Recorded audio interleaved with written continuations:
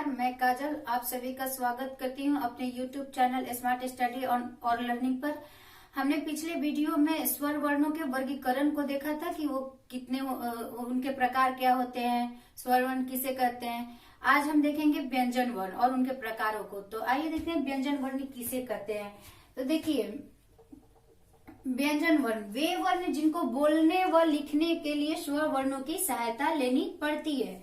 व्यंजन वर्णों को हमें बोलने और लिखने के लिए स्वर वर्णों की सहायता लेनी पड़ती है, क्योंकि बिना स्वर वर्णों के हम व्यंजन वर्ण को नहीं लिख सकते हैं, नहीं बोल सकते हैं। कैसे, देखिए यहाँ जैसे जब हम ये क होता है तो ये आधा क होता है, ये आधा क होता है, लेकिन जब हम हलंत रहता है बिना जब स्वर वर्ण के होते हैं, लेकिन जब हम इसमें अ लगाते हैं, ये स्वर वर्ण जब हम इसमें ऐड करते हैं तो ये हमारा क हो जाता है, जो कि एक व्यंजन वर्ण है। तो इसको लिखने के लिए हमें अच्छे से लिखने के लिए, सही तरीके से लिखने के लिए हमें स्वर वर्ण की यहाँ सहायता लेनी पड़ी। अब देखते हैं इनकी संख्या कितनी होती है। तो इनकी संख्या 39 होती है। व्यंजन वर्णों की कुल संख्या कितनी होती है? 39 होती है, जिसमें हमारे 25 स्पर्श व्यंजन होते हैं, 4 अंतस्थ व्यंजन होते हैं, 4 ऊष्म व्यंजन होते हैं, 4 संयुक्त व्यंजन होते हैं और 2 द्विगुण व्यंजन होते हैं। ये टोटल कितने हैं? 39 हैं। और एक बात यहाँ देखिएगा, इंपॉर्टेंट पॉइंट है, नोट कर लीजिएगा। यहाँ कोई पूछे कि हिंदी वर्ण मतलब कुल व्यंजन वर्ण की संख्या कितनी होती है, तब ये 39 होती है। कुल व्यंजन वर्ण की संख्या 39।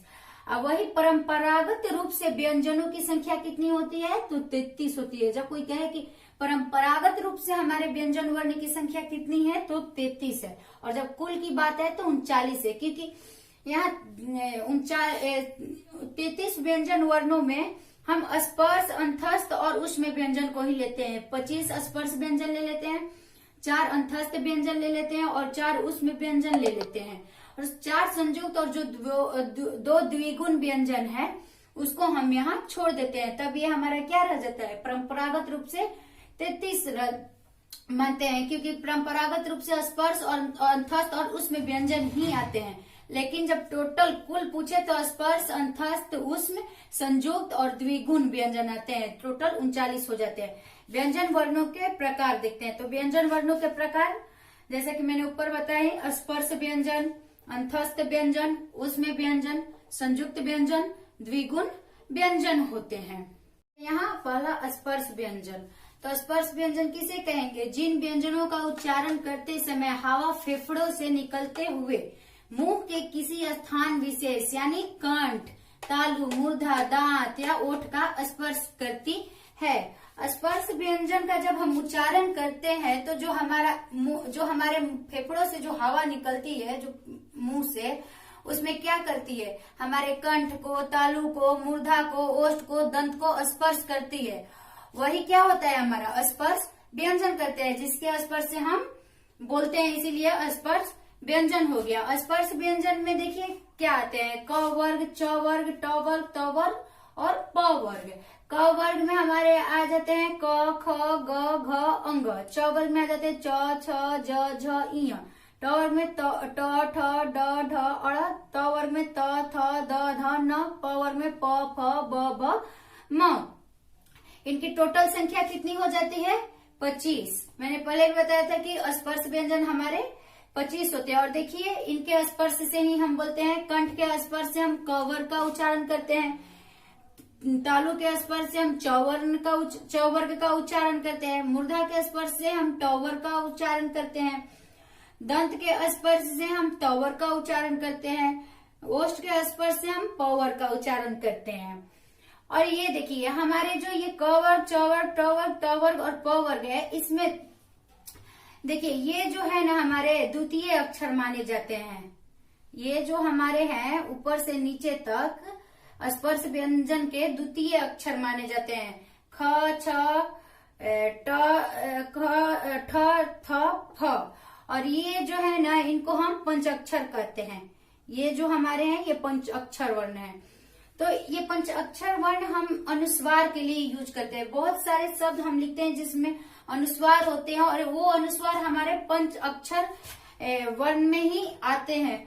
और इसको हम नासिक के वर्ण भी कह सकते हैं, क्योंकि इसका जो उच्चारण है नासिक से भी किया। जैसे हम अंग बोलते हैं तो इसमें नासिक से ही उच्चारण होता है, य, अड़, न, म। तो ये इसमें नासिक का भी मतलब मेल मिला रहता है, नासिक से ही ज्यादा ये बोले जाते हैं। तो ये पंचाक्षर है, देखिए कैसे इसका यूज होता है। तो हम देखिए यहाँ देखते हैं, जैसे हम लिखते हैं गंगा, यहाँ लिख दिया हमने गंगा। तो जब हम गंगा लिखे तो इसको जब हम तोड़ेंगे तो क्या होगा, ऐसे लिखेंगे गंगा, ये लिखेंगे ना, ऐसे लिखते हैं। अंग आया, देखिए 1 मिनट, यहाँ मैंने बिंदु लगा दी, यहाँ नहीं बिंदु।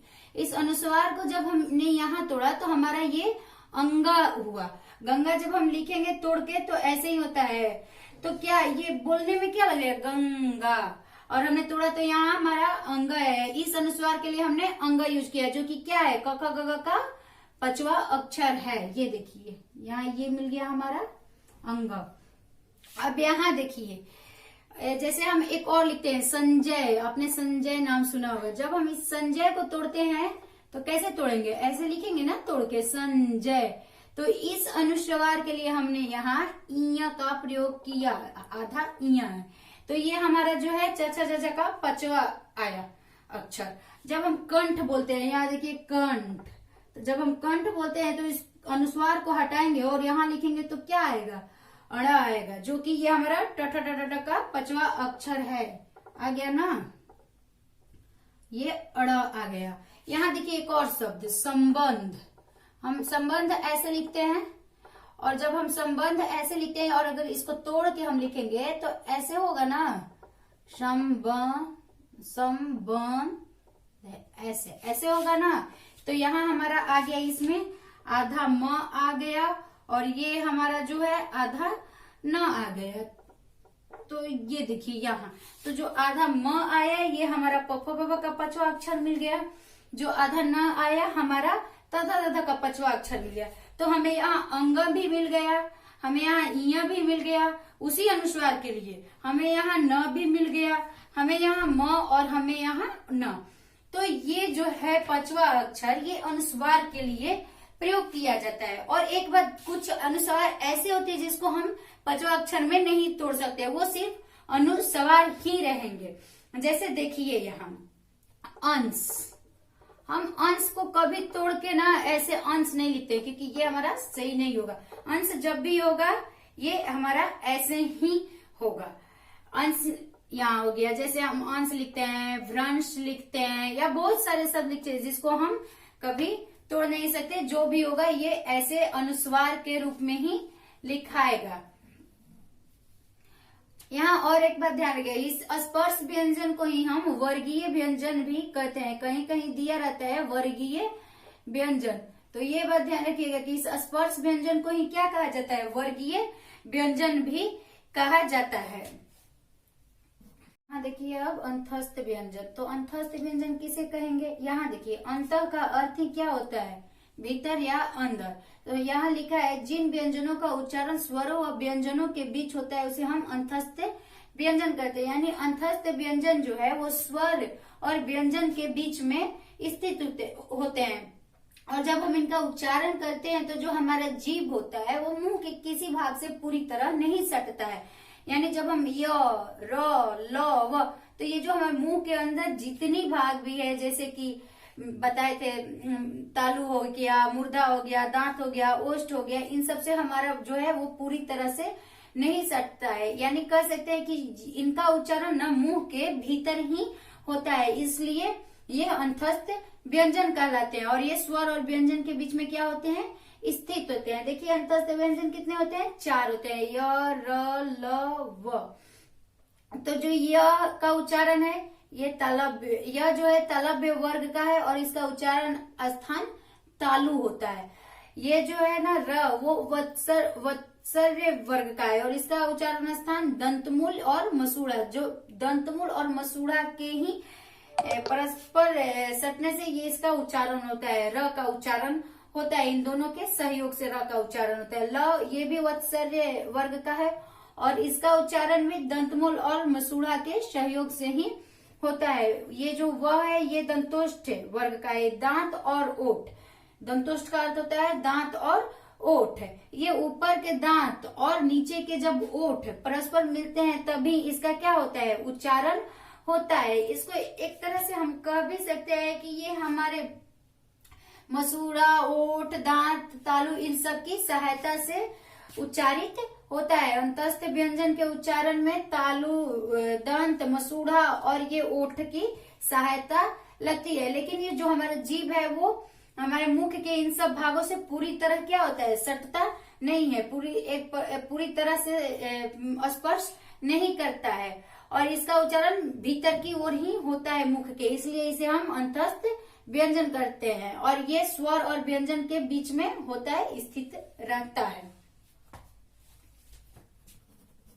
अब हो गया यहाँ उसमें व्यंजन। उसमें व्यंजन को हम संघर्षी व्यंजन भी कहते हैं। तो उसमें व्यंजन देखिए कि इन्हें कहते हैं जिन ध्वनियों के उच्चारण में हवा मुख के किसी स्थान पर रगड़ खाकर निकले तथा ऊष्मा यानी गर्मी पैदा करे, उन्हें ऊष्म व्यंजन या संघर्षी व्यंजन कहते हैं।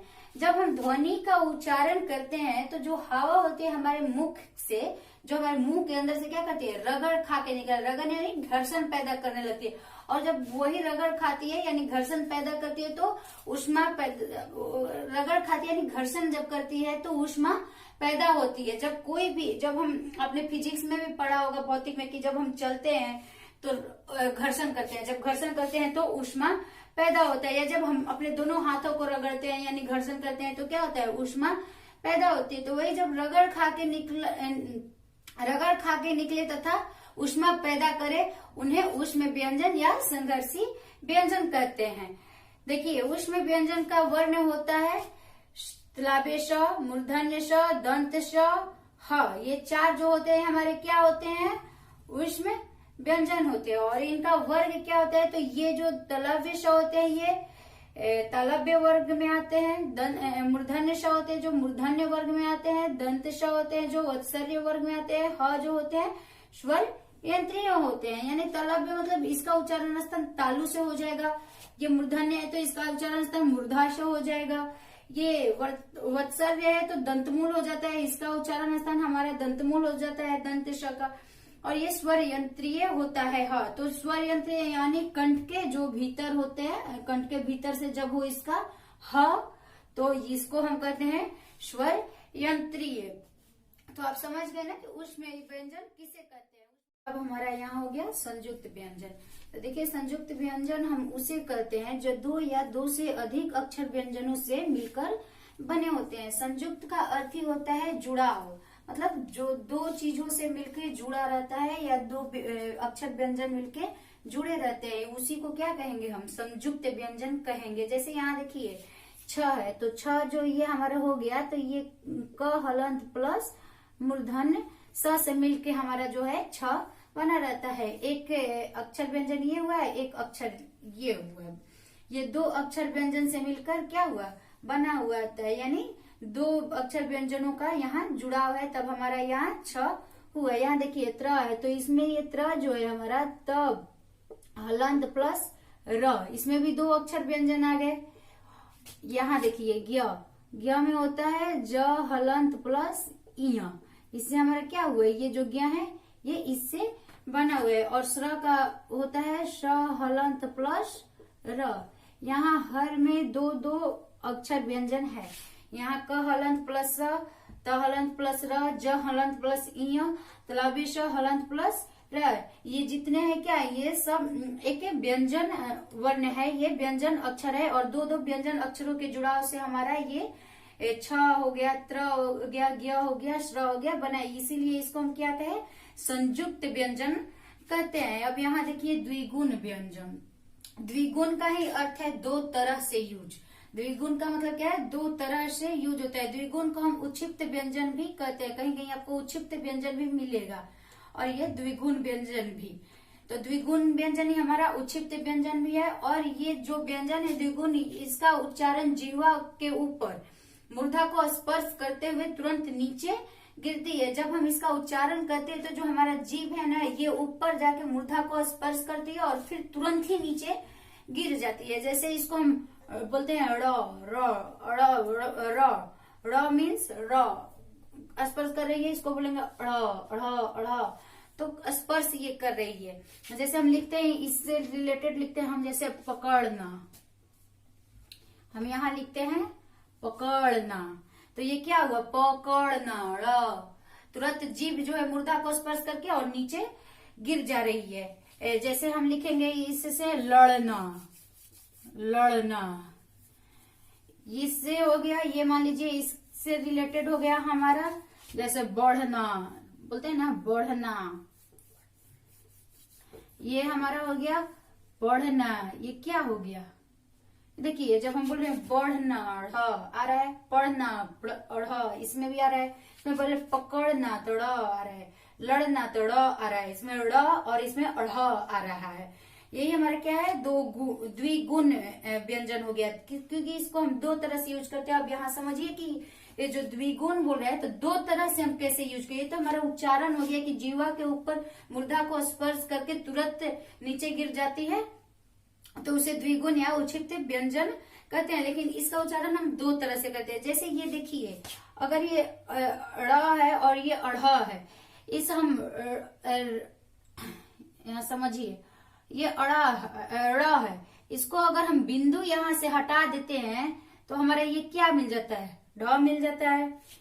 अगर इसी को, ये जो है अढ़, अगर इसमें से हम बिंदु हटा देंगे अढ़ से, तो ये हमारा क्या मिल गया, ढ मिल गया। जो कि ये ढ जो मिला, ये ढ, इससे हमारा क्या हो जाता है, जैसे हम ढक्कन लिखते हैं, ढक्कन, उससे ये बन गया ना। ये दो तरह से यूज हो गया।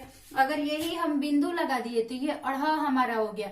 इसी में से अगर हम बिंदु हटा दिए तो हमारा क्या हो गया, ढ हो गया। तो इसको हम दो तरह से तो यूज कर, ढक्कन, ये हमारा स्पर्श व्यंजन के अंतर्गत आता है, ढ और ये ड। लेकिन ये जो बिंदु लगा दिए तो इस पे बस ध्यान ये रखना है कि जब ये ढ पे और ये ढ पे बिंदु हो गया तो ये हमारा क्या हो जाएगा, द्विगुण हो जाएगा। द्विगुण का दो तरह से यूज होना होता है और इसको हम दो तरह से यूज कर लेते हैं। जब ये स्पर्श रहता है तो जैसे ये हो गया ढ से ढक्कन, और जब यही हमारा द्विगुण हो जाता है तो बढ़ना, पढ़ना, ये सब हो जाता है। इससे हो जाता है पकड़ना, लड़ना, यही हमारा क्या हो गया, द्विगुण व्यंजन हो गया। तो आज हमने व्यंजनों को देखा। अब नेक्स्ट वीडियो में हम अव्यय देखेंगे, संधि देखेंगे। तो आपको अगर मेरा वीडियो अच्छा लगा हो तो लाइक शेयर सब्सक्राइब जरूर करें। Thank you.